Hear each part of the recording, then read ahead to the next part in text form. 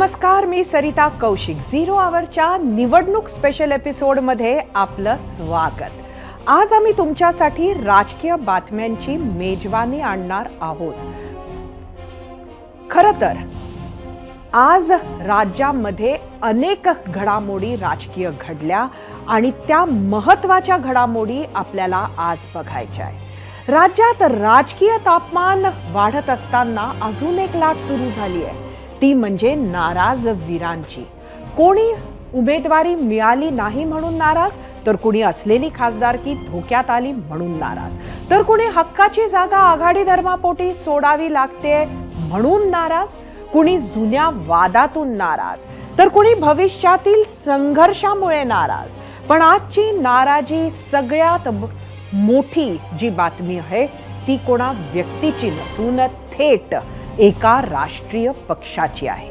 आणि या नाराजीमुळे महाविकास आघाडीच धोक्यात आल्याचं चित्र आहे.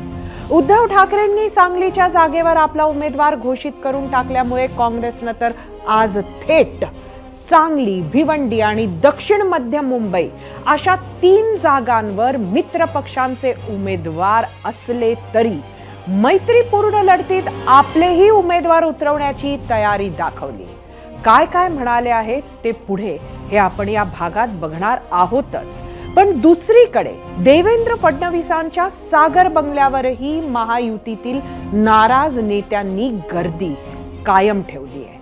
रत्नागिरी, सिंधुदुर्गातून शिवसेनेचे किरण सामंत असो की बारामतीसाठी हर्षवर्धन पाटील असो, दीपक केसरकर, रामदास आठवले असे बऱ्याच नेत्यांनी आज फडणवीसांची भेट घेतली. तिकडे अमरावतीत सुरू झालेला राणा विरुद्ध अडसूळ आणि बच्चू कडू संघर्ष नव्या वळणावर पोहोचलाय. बच्चू कडू यांच्या प्रहार संघटनेनं थेट नवनीत राणा यांच्या विरोधात उमेदवार उतरवण्याचे जाहीर करत दिनेश बुब यांना उमेदवारी पण देऊन टाकली आहे. पाहुयात बच्चू कडू यांची आक्रमक भूमिका. अमरावतीमध्ये आमचे 2 आमदार आहे. आम्हाला असं होतं की किमान विचारलं गेलं पाहिजे होतं आणि मग त्याची सुद्धा तसगी कोणा दाखवली नाही. आणि मग अगदी स्वाभिमान आहे, आम्ही डुबलो तरी चालेल, स्वाभिमान जाता कामा नये. गुलामीत राहण्याची आमची सवय नाही, मुळात आमच्या रक्तात नाही. हम मर जाएंगे, कट जाएंगे, लेकिन लढेंगे, ताकद से लढेंगे. यावरच होता आपला आजचा पहिला प्रश्न आणि तो पाहण्यासाठी आपण जाऊया आपल्या पोल सेंटरला. आजचा पहिला प्रश्न तुम्हाला सांगते. भाजपच्या नवनीत राणांविरोधात बच्चू कडू उमेदवार देणार. कडूंच्या नाराजीचा राणांना फटका बसेल का? बच्चू कडूंनी आम्ही हा प्रश्न तुम्हाला सकाळी विचारला होता, तेव्हा उमेदवार जाहीर केला नव्हता, मात्र तो करूनही टाकलाय बच्चू कडूंनी. तुम्हाला सांगायचं होतं की या नाराजीचा राणांना फटका बसेल का, होय किंवा नाही. बच्चू कडू फक्त आक्रमक झाले असं नाही, त्यांनी आज ठाकरे गटाचे अमरावतीतील नेते दिनेश बुब यांना प्रहार पक्षात आणलं. आता याच निर्णयामुळे बच्चू कडू महायुतीतून बाहेर तर पडणार नाहीत ना, अशा चर्चा सुरू झाल्या. तर तिकडे अमरावतीतून उमेदवारी मिळाल्यानंतर नवनीत राणा दिल्लीत पोहोचल्या. तिथं त्यांनी केंद्रीय मंत्री अमित शहांची भेट घेतली आणि इतक्या घडामोडी झाल्या तरी अगदी वेगळी प्रतिक्रिया दिली. आमचं काम आहे, कर्तव्य, ज्या पक्षासोबत ज्या NDAचे घटक जे नेते आहे, आता त्या लीडरांचंही कर्तव्य आहे की आपल्याला जर पुढे महाराष्ट्रामध्ये सगळ्यात जास्त सीटची आवश्यकता जर आहे तर या लोकांना, सगळे लोकांनी, मोठे लीडरांनी समजून घेतलं पाहिजे. मी तर खूप नवीन आहे, मी फक्त काम करू शकते जनताची सेवेसाठी. 5 वर्ष नाही, 13 वर्षापासून अमरावतीकरांच्या सेवेमध्ये आहे. तर आहे जास्त जेवढेही मोठे लीडर आहे त्यांना त्यांच्या पार्टीचे लीडरांनी समजून घेतलं पाहिजे. थोडीच महायुतीतली नाराजी तर आपण बघितली, पण अशीच नाराजी महाविकास आघाडीतही आहे.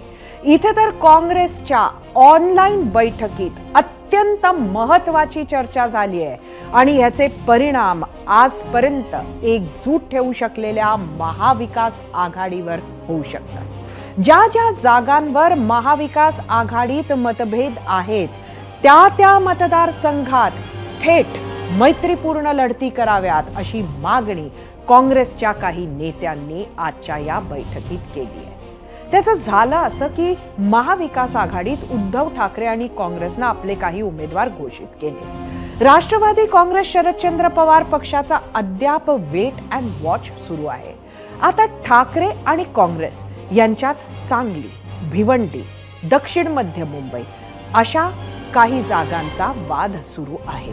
तरीही ठाकरेंनी सांगलीत चंद्रहार पाटील आणि दक्षिण मध्यमध्ये अनिल देसाई यांची उमेदवारी घोषित करून टाकली आणि ठाकरे मागे जात नाहीये हे बघून शेवटी काँग्रेस ही आक्रमक झाली आहे. हक्काची जागा दुसऱ्याला जाऊ नये ही भूमिका काँग्रेस कार्यकर्ते आणि स्थानिक नेत्यांनी आजच्या बैठकीत मांडली. आता महाविकास आघाडीतले काँग्रेसचं नेतृत्व करणारे एक नेते सुद्धा शिवसेना उद्धव बाळासाहेब ठाकरे विरोधी भूमिका घेऊ लागलेत.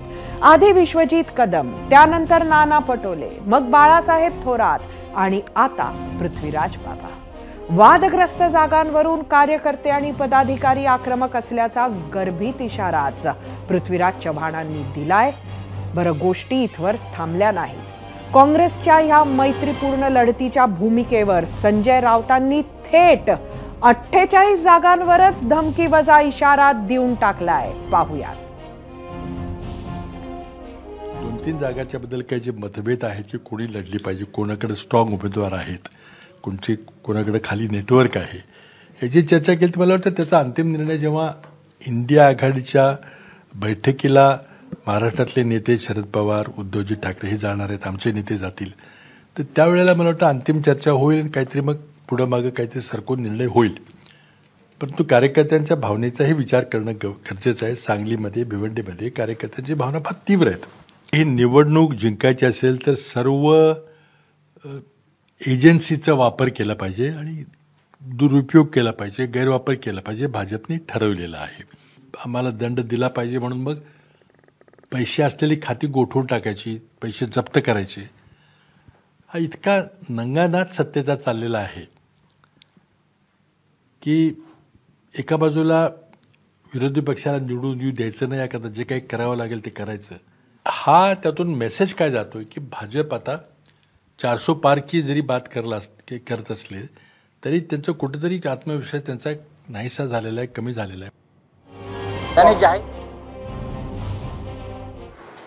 मग उत्तर प्रदेश, बिहार, बरं का, संपूर्ण महाराष्ट्रात 48 जागा आहेत. त्याच्यावरती पण अशा लढती करायच्या का? मला वाटत नाही. काँग्रेस हा एक मॅच्युअर्ड, समंजस राजकीय पक्ष आहे. मैत्रीपूर्ण लढतीत काय होतं सगळ्यांना माहिती आहे. मैत्रीपूर्ण लढत ही आपल्या विरोधकाला मदत करण्यासाठी केली जाते. तर इकडे राज्यात उपमुख्यमंत्री देवेंद्र फडणवीसांचा सागर बंगला पुन्हा एकदा महायुतीचं सत्ता केंद्र बनलं आहे. कारण सकाळपासून फडणवीसांकडे नेत्यांची रीग लागली होती. बरं, फक्त त्यांच्याच पक्षातील नेते येत होतं असंही नाही, तर त्यांच्या भेटीला तिन्ही पक्षातल्या नेत्यांची रेलचेल होती. इंदापूरचे नेते हर्षवर्धन पाटील जवळपास 200 कार्यकर्त्यांसह फडणवीसांच्या घरी दाखल झाले. त्यांनी अजित पवारांविरोधात उघड नाराजी व्यक्त केल्यानंतर फडणवीसांनी एकदा मध्यस्थी केली होती. त्यानंतर प्रकरण शांत होईल असं वाटलं होतं, पण तसं झालं नाही. त्यानंतर बारामतीत दादांना विरोध करणारे विजय बापू शिवतारेही सागर बंगल्यावर पोहोचले. त्यांच्या भेटीआधी धाराशिव लोकसभा मतदारसंघासंदर्भात चर्चा करण्यासाठी राणा जगजित पाटील सागर बंगल्यावर पोहोचले होते. त्यानंतर केंद्रीय मंत्री रामदास आठवलेंनीही फडणवीसांची भेट घेतली. ही भेट झाल्यानंतर रत्नागिरी सिंधुदुर्गच्या जागेवर चर्चा करण्यासाठी दीपक केसरकर यांनी देखील देवेंद्र फडणवीसांची भेट घेतली. त्यानंतर शिवसेनेचे इच्छुक आणि मंत्री उदय सामंत यांचे बंधू किरण सामंतही सागर बंगल्यावर पोहोचले. कारण रत्नागिरी सिंधुदुर्गच्या जागेवर नारायण राणेंचं नाव जवळपास निश्चित झाल्याची चर्चा आहे. पाहूयात सागर बंगल्यावरून बाहेर पडताना नेते मंडळींनी दिलेल्या काही निवडक प्रतिक्रिया. महाराष्ट्र राज्याचे मुख्यमंत्री आदरणीय एकनाथ शिंदे साहेबांनी माझी उमेदवारी घोषित केलेली आणि महायुतीचा उमेदवार म्हणून महाराष्ट्र राज्याचे उपमुख्यमंत्री देवेंद्र फडणवीस साहेबांना मी या ठिकाणी भेटायला आलो आणि त्यांच्या शुभेच्छाही घेतल्या. कारण महायुतीतला घटक पक्ष प्रत्येक पक्षाची भूमिका अत्यंत महत्त्वाची आहे आणि यापूर्वी आदरणीय देवेंद्र फडणवीस साहेबांनी 2014ची निवडणूक असेल, 2019ची निवडणूक असेल, त्यात मला सहकार्य केलेलं आहे. साहजिकच आमच्या सगळ्या कार्यकर्त्यांचा आग्रह होता की आज आम्ही महायुतीचं काम करू, उद्याच्या येणाऱ्या निवडणुकीमध्ये त्यांनी आमचं काम करावं, अशा सगळ्या कार्यकर्त्यांच्या स्पष्ट भावना होत्या. त्यानंतर महायुतीचं काम करण्याच्या बाबतीमध्ये कार्यकर्त्यांचे जे आक्षेप आहेत त्या आक्षेपाबद्दल सुद्धा त्यांनी भूमिका सकारात्मक घ्यावी आणि जे जे प्रश्न निर्माण झालेले आहेत किंवा होत आहेत त्या प्रश्नाची सोडवणूक हे खुद्द देवेंद्र फडणवीस साहेब करणार आहेत. एक तर आता जागेच्या संबंधामध्ये चर्चा झाली आणि शिर्डीच्या संबंधामध्ये ते माझ्यासाठी आग्रही होते, परंतु ती जी जागा आहे ती जागा मान्य एकनाथ शिंदे यांच्या गोट्यामध्ये होती. आम्ही इकडे आलेलो आहोत आणि ज्यांच्या भरोश्यावर मी इथं आलेलो आहे त्यांना तिकीट देणं अत्यंत आवश्यक असल्यामुळं शिर्डीची जागा काही आपल्याला सुटू शकली नाही आणि त्यामुळं मग आम्ही मागणी केलेली आहे की जर जागा मिळत नसतील आता तर आपल्याला केंद्रामध्ये कॅबिनेट मंत्रिपद मिळालं पाहिजे, त्याचबरोबर राज्यामध्ये एक मंत्रिपद मिळालं पाहिजे, एक विधान परिषद मिळाली पाहिजे, येणाऱ्या ज्या निवडणुका आहेत विधानसभेच्या त्यामध्ये 8-10 जागा तरी आम्हाला मिळाल्या पाहिजे. सध्या रोज एक इंटरेस्टिंग भूमिका घेऊन समोर येत आहेत ते म्हणजे प्रकाश आंबेडकर. आणि काल संजय राऊतांना थेट खोटारडे म्हणणाऱ्या प्रकाश आंबेडकरांनी आज परत महाविकास आघाडीसाठी दरवाजे बंद नाहीत असे सांगितले. त्यावर शरद पवार आणि संजय राऊतांनीही सकारात्मक भूमिका घेतली आहे. पण त्याचबरोबर विविध संघटनांशी बोलून भाजप विरोधी आघाडीची येत्या 2 तारखेपर्यंत घोषणा करू असंही प्रकाश आंबेडकर यांनी आज जाहीर केलं. भाजप विरोधात मजबूत आघाडी उभी राहावी असा आमचा प्रयत्न होता, मात्र दुर्दैवानं आम्हाला हवी ती तशी आघाडी उभी राहिलेली नाही असं म्हणत आंबेडकरांनी महाविकास आघाडीला टोला सुद्धा लगावला. आता नक्की कोण असणार आहेत प्रकाश आंबेडकरांच्या या नव्या आघाडीत? तर 2 एप्रिलला आपल्या सोबतच्या इतर संघटना कोणत्या ते समजेल असं म्हणत प्रकाश आंबेडकर यांनी सस्पेन्स वाढवलाय. पाहूयात. आमच्याकडे असणारा या बैठकीमधला जो प्रस्ताव होता तो 3 जागांचा प्रस्ताव होता. एक माझा मतदारसंघ आणि दुसरे 2 मतदारसंघ. त्याच्या पलीकडे आम्हाला कुठलाही प्रस्ताव आलेला नाही. मैंने आपसे कहा ना कि हमने किसी के लिए भी दरवाजे बंद नहीं किए. वंचितवर नेमकं खुश करण्याचं कारण काय? वंचित आघाडी बाहेर पडण्याचं कारण काय? माहिती नाही, अजूनही आमचा प्रयत्न आहे की त्यांनी आमच्यावर यावं. आम्हाला सगळ्यांना बाळासाहेब आंबेडकर आजही प्रिय आहेत. वंचित बहुजन आघाडी ही महाविकास आघाडीबरोबर असायलाच पाहिजे ही आमची भूमिका आहे. खोटं काय आहे याच्यामध्ये? खोटं काहीच नाही.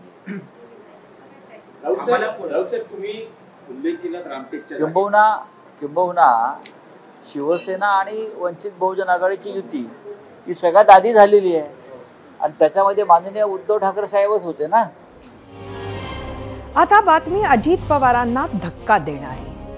हो नाही म्हणता म्हणता आज अखेर अजितदादांचे निकटवर्ती आणि राष्ट्रवादी काँग्रेसचे निलेश लंके यांनी आमदारकीचा राजीनामा दिला. काही दिवसांपूर्वी अजित पवारांच्या गोटातून शरद पवारांच्या मंचावर पारनेरचे आमदार निलेश लंके दिसले होते. तेच निलेश लंके शरद पवार साहेबांसोबत असल्याची अद्याप अधिकृत घोषणा झालेली नाही, पण लंके दक्षिण नगरमधून शरद पवारांच्या तिकिटावर भाजपच्या सुजय विखेंविरोधात उमेदवार असणार असल्याची चर्चा आहे. तसाही विखे आणि लंकेमधील वाद हा जुनाच आहे. आजही लंकेंनी नगरमध्ये सभा घेत थेट नाव न घेता विखेंवर हल्लाबोल केला. तब्बल 2 तासांहून अधिक वेळ चाललेल्या या सभेतून लंकेंनी कार्यकर्त्यांसमोर काही कटू निर्णय घ्यावे लागतील असे उद्गार काढले आणि त्यांचे डोळे भरून आले. लंकेंना रडताना पाहून काही काळ कार्यकर्तेही स्तब्ध झाले. यावेळी बोलताना निलेश लंकेंनी आमदारकीचा राजीनामा देण्याची घोषणा केली. तसंच खासदारकीसाठी संघर्ष करण्याचे आवाहनही उपस्थितांना केलं. लंकेंच्या याच सभेला शरद पवार गटाचे जिल्हाध्यक्ष राजेंद्र फाळकेही उपस्थित होते. आजच्या नगरच्या सभेतून निलेश लंके काय म्हणाले ते पाहूया. मी तुमची माफी मागतो. तर तुम्ही मला 5 वर्षांसाठी लोकप्रतिनिधी म्हणून पाठवलं होतं, पण जर आपल्याला लोकसभेची निवडणूक लढायची असेल तर आपल्याला विधानसभा सदस्य पदाचा राजीनामा द्यावा लागणार. संघर्ष आम्ही पण केलेला आहे. आम्ही आमदार करण्यासाठी संघर्ष केला, राजीनामा देण्यासाठी. आमदार पण आपल्याला काही आमदारकीसाठी संघर्ष केला, आता खासदारकीसाठी संघर्ष करायचा. आपल्यासाठी निवडणूक आहे ना, जीवन मरणाचा प्रश्न आहे. आणि ही निवडणूक आपल्याला कुठल्या परिस्थितीत नाही, कुठल्या पण ताकदी ही निवडणूक जिंकायची. आपल्याला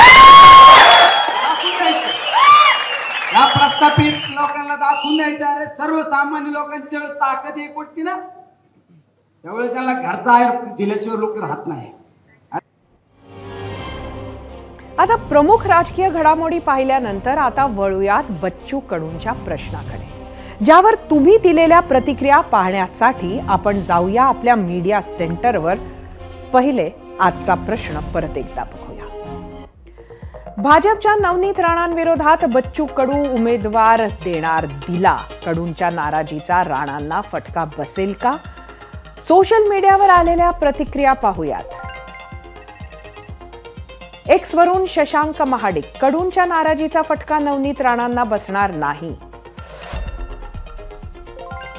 एक्स वरूनच चंदू, बच्चू कडू उमेदवार देऊन महाविकास आघाडीची मतं खाणार. युट्यूब वरून श्रीकांत शेवगावकर, कुणीही उमेदवार उभा केला तरी नवनीत राणाच निवडून येणार.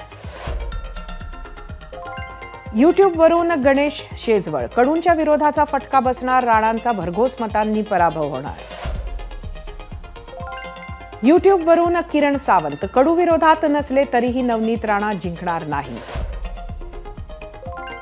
फेसबुक वरून विश्वास डोके, असं काहीच होणार नाही, बच्चू कडूंचं हे दबाव तंत्र आहे. फेसबुक वरून ज्ञानेश्वर खैरनार, जर स्वतः बच्चू कडूंनी फॉर्म भरला तर नक्कीच नवनीत राणा हरतील. इंस्टाग्राम वरून चैतन्य पाटील, बच्चू कडूंच्या भूमिकेमुळे नवनीत राणांना फटका बसणारच. महाराष्ट्राच्या प्रतिक्रिया पाहिल्यानंतर आता वेळ झाली आहे राजकीय घडामोडींचं सखोल विश्लेषण करण्याची. त्यासाठी जाऊयात गेस्ट सेंटरला, जिथे आपल्या सोबत आहेत भाजपचे मुख्य प्रवक्ते केशव उपाध्ये. केशवजी, आपलं स्वागत आहे झिरो आवर मध्ये. नमस्कार. खरं तर आजच आम्ही जो प्रश्न लोकांना विचारला तोच आम्ही तुम्हालाही विचारतोय. बच्चू कडू यांची जी नाराजी आहे, त्यांनी उमेदवार उभा केलाय, नवनीत राणांना त्याचा फटका बसेल का? असं मुळामध्ये एक लक्षात घेतलं पाहिजे की प्रत्येक पक्षाला, प्रत्येक नेत्याला त्याच्या इच्छा आकांक्षा असतात. त्याला असं वाटतं की आपल्या पद्धतीने काही गोष्टी झाल्या पाहिजेत आणि तशा पद्धतीचं निवडणुकीचा शेवटचा अर्ज भरायचा शेवटचा दिवस येईपर्यंत प्रत्येक नेता आपल्या पद्धतीने प्रयत्न करत असतो आणि यात गैर पण काही नाहीये. त्यामुळे बच्चू कडूंच्या काही इच्छा, काही मतं आहेत, त्यांची मतं आहेत, त्या मतांचा आदर राखला पाहिजे असं त्यांना वाटतं. आणि त्यातला स्थानिक राजकारणातले काही त्यांच्या अडचणीचे मुद्दे आहेत, ज्यातनं त्यांचा आज रागवण्याने काही भूमिका व्यक्त केली असेल. पण एक लक्षात घेतलं पाहिजे की आम्ही सगळेजण आता भारतीय जनता पार्टी असो अथवा आमच्या सोबत असलेले सर्व सहकारी पक्ष, मग ते शिवसेना असो, राष्ट्रवादी असो किंवा बच्चू कडूंचा पक्ष सुद्धा आमच्या सोबत आहे. या सगळ्यांचं एक लक्ष की विकसित भारताची संकल्पना अस्तित्वात आणण्यासाठी, प्रत्यक्षात आणण्यासाठी 400+ नारा जो दिला पंतप्रधान नरेंद्र मोदीजींनी आणि जनताच त्यांच्या सोबत आहे, तर त्या सगळ्या नाराला सत्य आणण्यासाठी जे जे करावं लागेल होऊ शकतं. पण आता बच्चू कडू ते करायला तयार नाहीये, तरी सुद्धा आपण म्हणत आहात ते आपल्या बरोबर आहेत. ते कसे बरोबर आहेत? बरोबर आहेतच.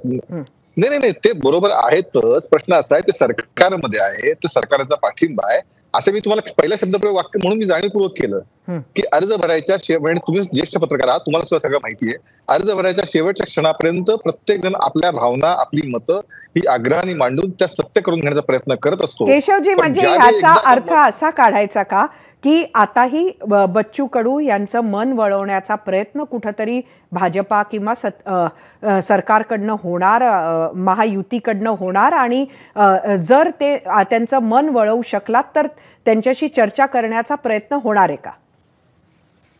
असं आहे की पुन्हा एकदा सांगतो की बच्चू कडूंचं म्हणजे बच्चू कडू आमच्यापासून दूर गेलेच नाही. त्यांची काही मतं आहे, स्थानिक राजकारणाला काही त्यांचे विषय झालेले आहेत. मला असं वाटतं की माननीय देवेंद्रजी बच्चू कडूंशी नक्की बोलतील येत्या दिवसामध्ये. आणि ज्या पद्धतीने गेल्या अनेक दिवस तुम्हीच आता तुमची स्टोरी पाहत होतो की सगळे नेते सागरवरती येत आहेत, समजूत काढून देवेंद्रजी त्यांना परत पाठवत आहेत, त्यातनं एक एकसंध महायुतीचं चित्र समोर येत आहे.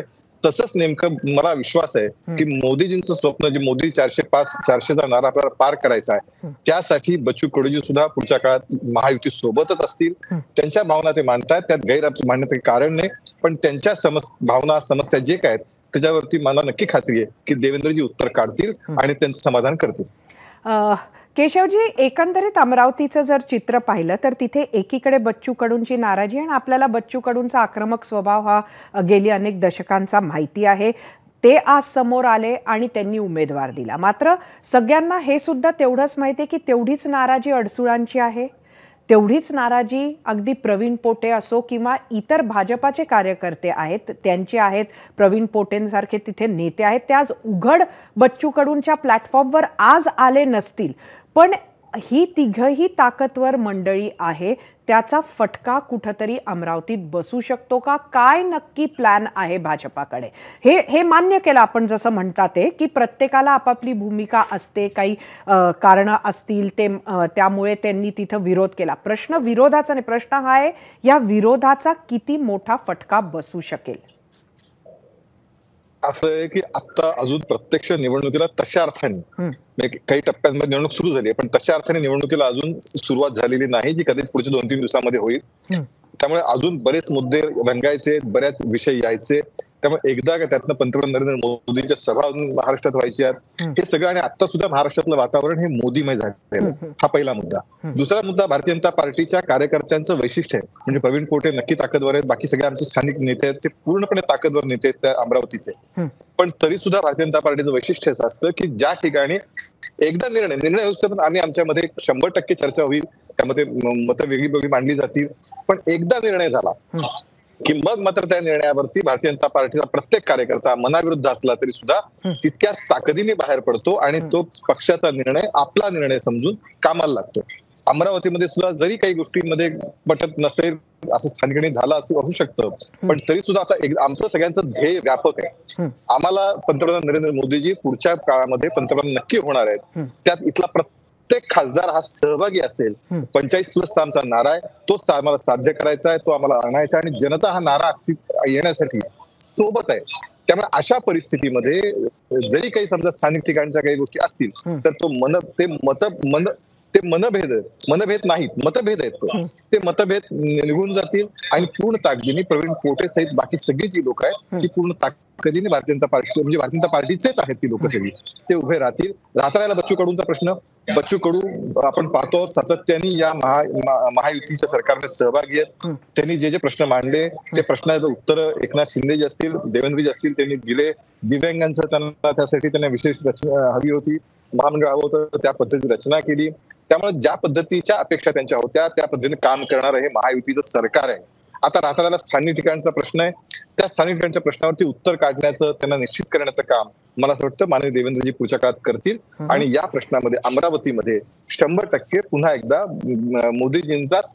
मोदीच्या सोबत असणाराच खासदार निवडून येत शंका नाही. केशवजी, एक आता महायुतीतून महाविकास आघाडीकडे जाऊया. एकंदरीत जर चित्र बघितलं तर आंबेडकरांची भूमिका बघितली. आज काँग्रेसनं धमकी दिली आहे की ते मैत्रीपूर्ण लढतीत काही ठिकाणी आपले उमेदवार उद्धव बाळासाहेब ठाकरे शिवसेनेच्या विरोधात उतरवतील.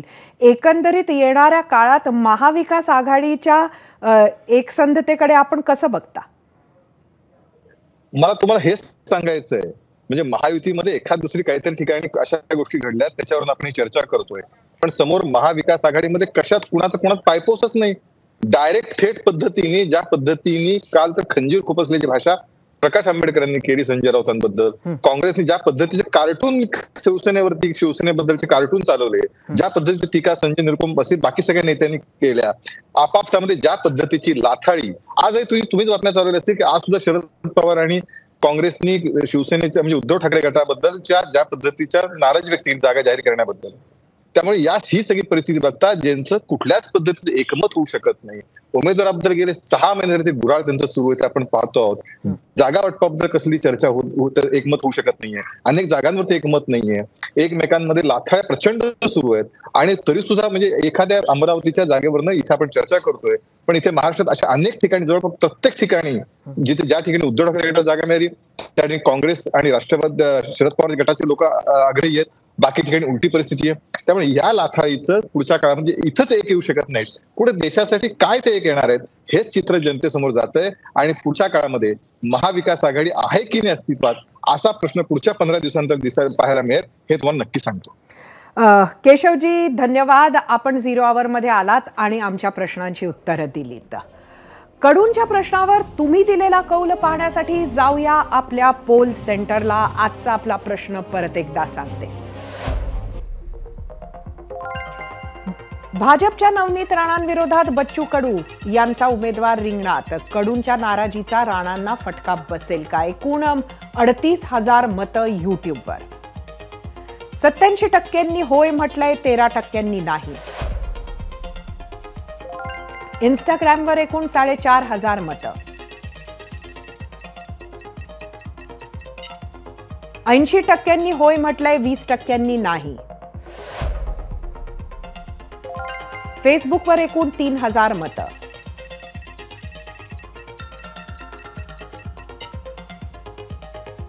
%23 होय म्हटलंय, 77% नाही. एक्सवर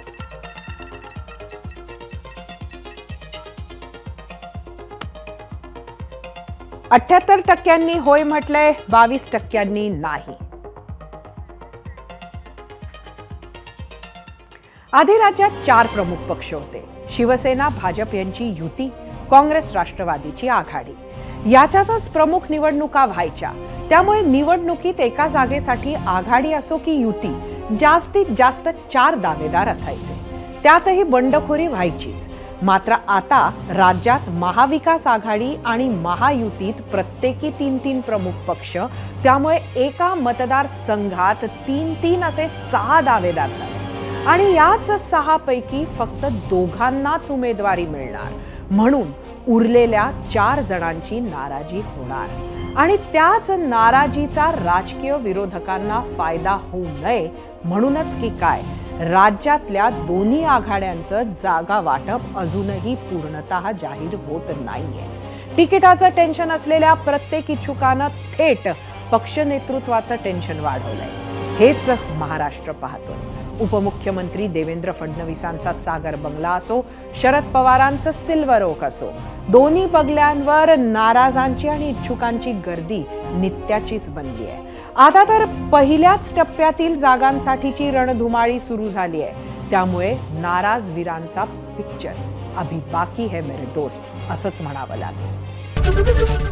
एबीपी माझा, उघडा डोळे बघा नीट.